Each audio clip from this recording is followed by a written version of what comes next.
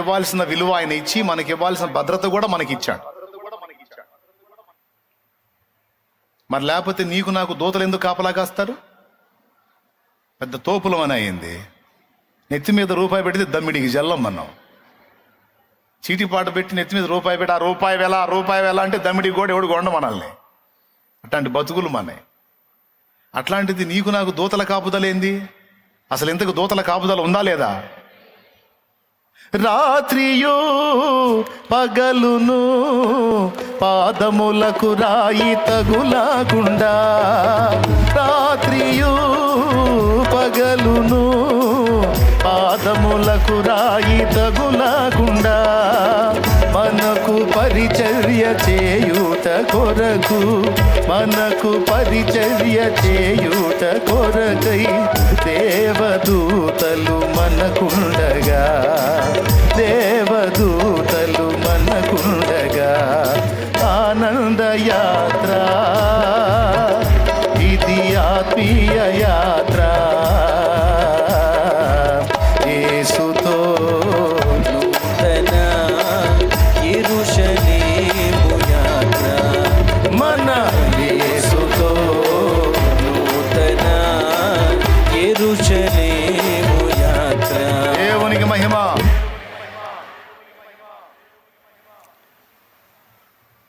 చదువుకున్న వాళ్ళకి చదువు లేని వాళ్ళకి అందరికి అర్థం కావాలని సులభ శైలిలో వాడుక భాషలో చాలా తేటగా మాట్లాడుతున్నా.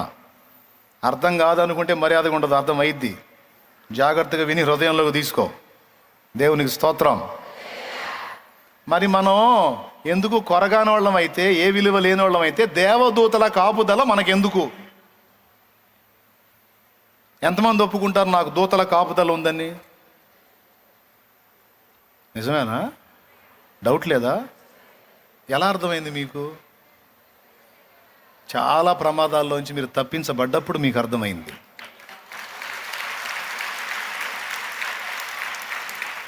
నీకు తెలిసి ఎట్ట తప్పించబడ్డారు?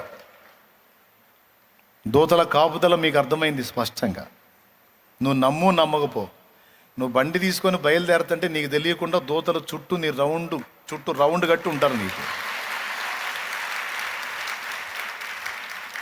ఇందాక అనుకున్నాక నెత్తి మీద రూపాయి పెడితే దమ్మిడికి చల్లని వాళ్ళం, మనకు దూతల రౌండింగ్ ఏంది? ఏం తమ్ముడు, ఎందుకు వచ్చింది ఆధిక్యత అంటే ఆయన పిల్లలమైనందున.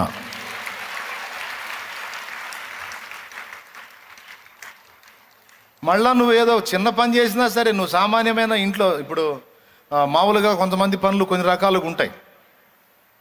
నువ్వు ఆఖరికి ఒక పని మనిషివైనా సరే, ఇళ్లలో పాచి పని చేసే పని మనిషివే కావచ్చు నువ్వు, కానీ నువ్వు బాప్తిస్మం పొంది ఉన్నట్లయితే పని మనిషివైన నీ చుట్టూ దేవదూతలు ఉంటారు. అన్నా నేను నా బతుకు ఇళ్లలో పాచి పని చేసుకొని బతికేదాన్ని అన్నా నేను, నాకు దేవదూతల కాపుదల ఏంటంటే సమాజం దృష్టిలో, మనుషుల దృష్టిలో నువ్వు పాచి పని చేసే వ్యక్తివే, కానీ దేవుని దృష్టిలో నువ్వు ఆయన ప్రియమైన కూతురివి. ఇంకా చెప్పాలంటే యువరాణివి నువ్వు. రారాజు నీ తండ్రి, ఆయన ముద్దుల కూతురివి, యువరాణివి నువ్వు. నమ్మితే ధన్యులు, నమ్మకపోతే అన్యులు. అదిగో చూడండి అక్కడ ఆ ఫోటో చూడండి. మారు మనసు పొంది రక్షణ పొందిన బిడ్డ బైబిల్ చదువుకుంటుంది, అక్కడ కూర్చొని. అది దూతల కాపుదల చూడు ఎలా ఉందో అదృశ్య రూపంలో. అది రియల్ అంటే రియల్ ఫోటో కాదు, అది నిజంగా మనకు ఆ కాపుదల ఉంది.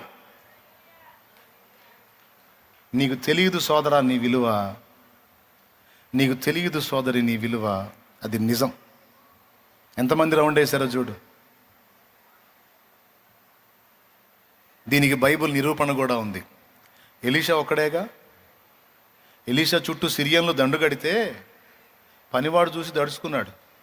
వామ్మో ఏలినవాడ, మనల్ని చంపడానికి సిరియన్లు గుంపు వచ్చారు, నేను బయటికి పోయి చూశాను, వామ్మో చాలా గుంపు ఉన్నారు, అయిపోయామన్నాడు. ఈయనన్నాడు, ఆపరా అన్నాడు. ఏంది సార్ ఆపేది? నిజం సార్, చాలామంది సైన్యం దిగారు సార్ మీకోసమే అంటే, వారికంటే ఎక్కువ సహాయం మనగలదు అన్నాడు. ఆ? ఎక్కువ సాయం కలదా? ఎవడు ఒక్కడు కనపట్ల మన పక్షాన. ఉన్న గుంపు అంతా సిరియన్లు గుంపు మిడతలాగా వచ్చి వాలారు. ట్రా దగ్గరికి వచ్చాడు. యెహోవా, వీడు చూచున్నట్లు వీడి కళ్ళు తెరువు అన్నాడు.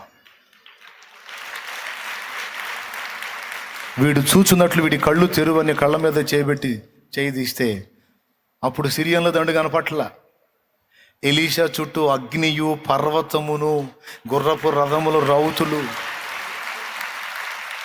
ఓ పెద్ద సైన్యం కనపడుతుంది ఇక్కడ. మళ్ళీ ఎలీషా ఒక్కడే. ఆ ఒక్కడికి ఎంత సెక్యూరిటీయో చూడు. ఎందుకో తెలుసా? ఎలీషా దైవ ప్రవక్త. దైవ ప్రవక్త. దైవ ప్రవక్తకే అంత సెక్యూరిటీ ఉంటే సాక్షాత్తు దేవుడి కూతురికి కొడుక్కి